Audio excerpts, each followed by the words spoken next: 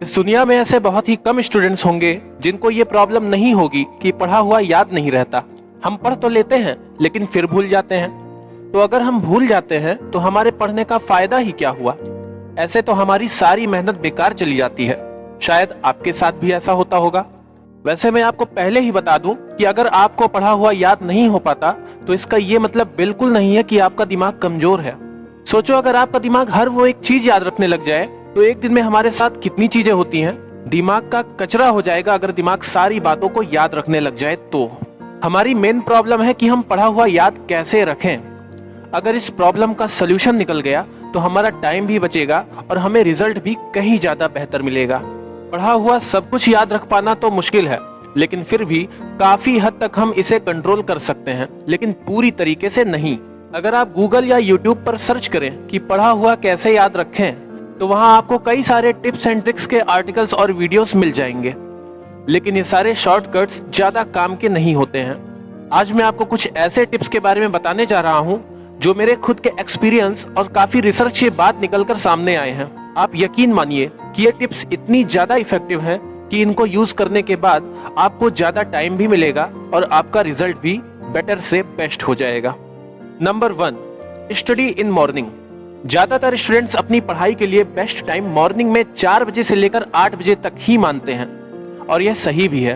हालांकि कुछ लोग ऐसे भी होते हैं जिन्हें सुबह जल्दी पढ़ने के बजाय देर रात तक पढ़ने में ज्यादा फायदा नजर आता है।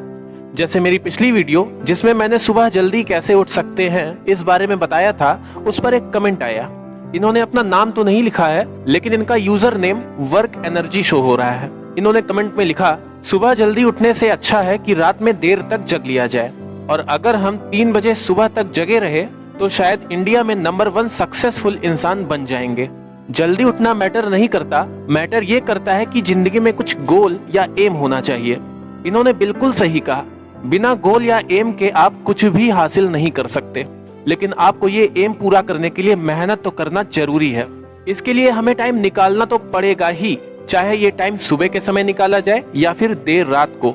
लेकिन सिर्फ टाइम निकालना ही इम्पोर्टेंट नहीं है। एक स्टडी यह बताती है कि जो एनवायरनमेंट हमें सुबह के टाइम मिल जाता है, वैसा एनवायरनमेंट हमें रात में या दिन के किसी और टाइम नहीं मिलता। सुबह की ताजी हवा में जब हम पढ़ाई करते हैं तो हमारा माइंड तेजी से काम करता है और चीजों को कम समय में ही याद कर लेता है। फॉर एग्जाम्पल, एक स्टूडेंट है जो सुबह जल्दी उठकर 2 घंटे की पढ़ाई करता है, और एक दूसरा स्टूडेंट है जो दिन में और किसी टाइम या रात में 4 घंटे स्टडी करता है। तो जो ये पहला वाला स्टूडेंट है, इसे 2 घंटे में जितना याद हो जाएगा उतना रात को 4 घंटे पढ़ने वाला भी याद नहीं कर पाएगा। उसे याद तो होगा, लेकिन उतनी तेजी से नहीं जितनी तेजी से सुबह पढ़ने वाले स्टूडेंट को याद हुआ।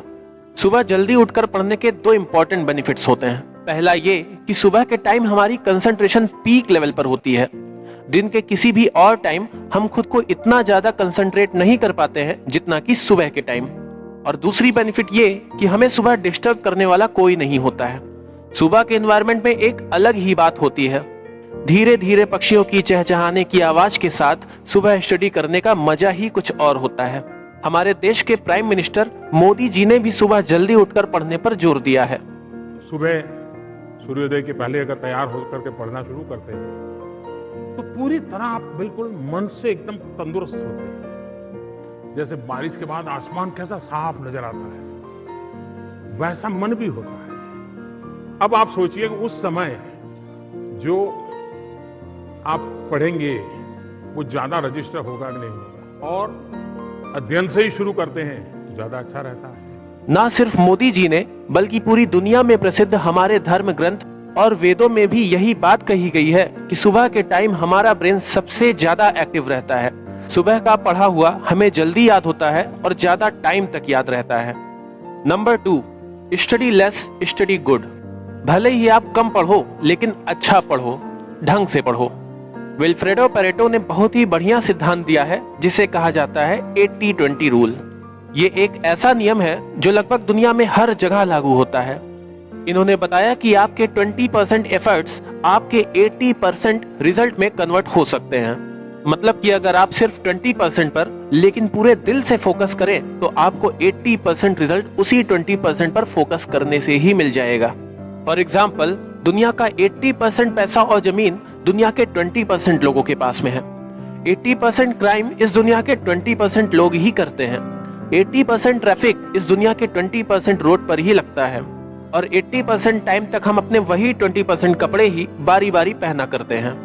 इस दुनिया का 80% अल्कोहल इस दुनिया के 20% शराबी ही पी जाते हैं। 80% अनाज दुनिया की 20% जमीन से पैदा होता है। 80% बारिश 20% बादलों से होती है और इस दुनिया के 80% इन्वेंशन दुनिया के 20% साइंटिस्ट ने ही किए हैं। और सबसे इंपॉर्टेंट फैक्ट ये कि हमारा 80% रिजल्ट हमारे द्वारा किए गए 20% एफर्ट से ही आता है। और यही रूल हमारी पढ़ाई और एग्जाम्स में भी लागू होता है। हमारे द्वारा ढंग से पढ़ा गया 20% इंपॉर्टेंट क्वेश्चंस हमारे 80% स्कोर गेन कर लेते हैं। तो आप उन इंपॉर्टेंट क्वेश्चंस को अलग करें, इन पर ज्यादा फोकस से स्टडी करें। अगर आप पूरे सिलेबस को एक बार पढ़ते हैं तो उसमें से इंपॉर्टेंट क्वेश्चंस को आपको 5 बार रिवाइज करने हैं। सारा सिलेबस बार बार रिवाइज करने की जरूरत नहीं है, क्योंकि हमें पता है कि हमारा 80% स्कोर तो यही 20% क्वेश्चन कवर कर लेंगे। इससे आपका काफी टाइम भी बचेगा और आपका रिजल्ट भी काफी बेहतर आएगा। अब इसका मतलब ये बिल्कुल नहीं है कि बाकी के सिलेबस पर आप ध्यान ही ना दें। बाकी के क्वेश्चंस भी आपको पढ़ना है, लेकिन बस 1-2 बार, जिससे आपका ज्यादा समय बचे और आप इसी बचे हुए टाइम को उन 20% इंपॉर्टेंट क्वेश्चन पर दे सकें, जो कि आपके पूरे सिलेबस के कंपैरिजन में बहुत कम है। और हमारा यही मकसद होता है कि कम टाइम में ज्यादा अचीव करना। अब वैसे भी एग्जाम्स में ज्यादा दिन नहीं बचे हैं, तो आप इस रूल को अप्लाई कर ज्यादा बेहतर रिजल्ट पा सकते हैं। Number 3, take proper rest during study. पढ़ने के बीच में थोड़ा आराम। ये एक ऐसा पॉइंट है जो अधिकतर स्टूडेंट नहीं करते हैं और वो यही सबसे बड़ी गलती कर बैठते हैं। कुछ लोग ऐसे होते हैं जो ठान लेते हैं कि आज तो मैं 4 घंटे लगातार पढ़ूंगा ही पढ़ूंगा, और लग जाते हैं पढ़ाई में। वो बीच में रेस्ट लेते ही नहीं है। पढ़ते पढ़ते उनकी हालत डाउन हो जाती है, वो बिल्कुल थक जाते हैं और तब जाके उठते हैं। फिर अगले दिन से उनकी दोबारा पढ़ने की हिम्मत ही नहीं होती है। ये गलत तरीका है। वहीं कुछ लोग ऐसे भी हैं जो थोड़ा सा पढ़ने के बाद कुछ ज्यादा ही रेस्ट लेने लगते हैं। उनका पूरा दिन रेस्ट लेने में ही निकल जाता है और वो पढ़ कुछ भी नहीं पाते हैं। पढ़ाई के बीच में ना तो ज्यादा रेस्ट होना चाहिए, ना तो कम रेस्ट होना चाहिए। पढ़ाई के साथ साथ ऐसा बिल्कुल नहीं होना चाहिए कि हम बिल्कुल रेस्ट ही ना लें या बहुत ज्यादा रेस्ट ले लें। पढ़ाई के बीच में हमें एक प्रॉपर रेस्ट लेना चाहिए। ये रेस्ट कितनी देर का होना चाहिए, इसे आपको खुद के ही अकॉर्डिंग डिसाइड करना होगा। आप खुद पढ़ने बैठिए, जब आपको लगे कि अब ज्यादा हो रहा है तुरंत ही रेस्ट ले लीजिए। उतना ही रेस्ट जितनी देर में आपका माइंड फिर से रिचार्ज हो जाए, आपका माइंड फ्रेश हो जाए और नया डाटा स्टोर करने के लिए तैयार हो, और फिर अपनी पढ़ाई दोबारा कंटिन्यू कर दीजिए।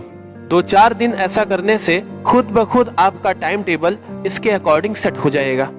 जितना इंपॉर्टेंस हम अपनी पढ़ाई को देते हैं, उतनी ही ज्यादा इंपॉर्टेंस हमें रेस्ट को भी देना चाहिए। जैसे आपने पढ़ना शुरू किया, आपका मन लगने लगा, अब थोड़ी देर पढ़ने के बाद आपको रेस्ट ले लेना चाहिए। अगर आपको लगता है कि अभी मैं और पढ़ सकता हूँ, तो उस फीलिंग को बचाए रखें और कुछ देर रेस्ट ले लें, फिर दोबारा उसी फीलिंग के साथ पढ़ना शुरू कर दें। अगर आप चाहें तो इसमें पोमोडोर टेक्निक का भी यूज कर सकते हैं। ये बहुत ही सिंपल टेक्निक है। अगर हमें किसी काम को लंबे समय तक करना है तो उसे 25-25 मिनट के 4 ब्लॉक्स में डिवाइड कीजिए। हर 25 मिनट के बाद आपको 5 मिनट का ब्रेक लेना है। इसी तरह चारों ब्लॉक का एक साइकिल कंप्लीट होने के बाद आपको 15 मिनट का रेस्ट लेना है और फिर से इसे रिपीट करना है। इस टेक्निक का यूज करके आप काफी अच्छे से और काफी लंबे टाइम तक कोई काम या स्टडी कर सकते हैं। तो अब आपको इफेक्टिवली और स्मार्टली पढ़ने का तरीका पता चल गया है। जाइए इसे अप्लाई कीजिए। जो समय बीत गया है उस पर अफसोस मत कीजिए, बल्कि जो टाइम बचा है उसका सदुपयोग करना सीखिए। अगर आप अभी से मेहनत करने लग जाओ तो आपके आगे निकल चुके कई लोगों को आप अभी भी पीछे पछाड़ सकते हैं। बस मेहनत दिल से करो, मेहनत इतनी खामोशी से करो कि आपकी सफलता शोर मचा दे। अगर आपको हमारी वीडियो पसंद आई है तो इसे लाइक कीजिए और ज्यादा से ज्यादा शेयर कीजिए। और अगर आप हमारे चैनल पर नए हैं तो इसे सब्सक्राइब कर बेल आइकन ऑन कर लें, ताकि इसी तरह के वीडियोस आप सभी को मिलते रहें।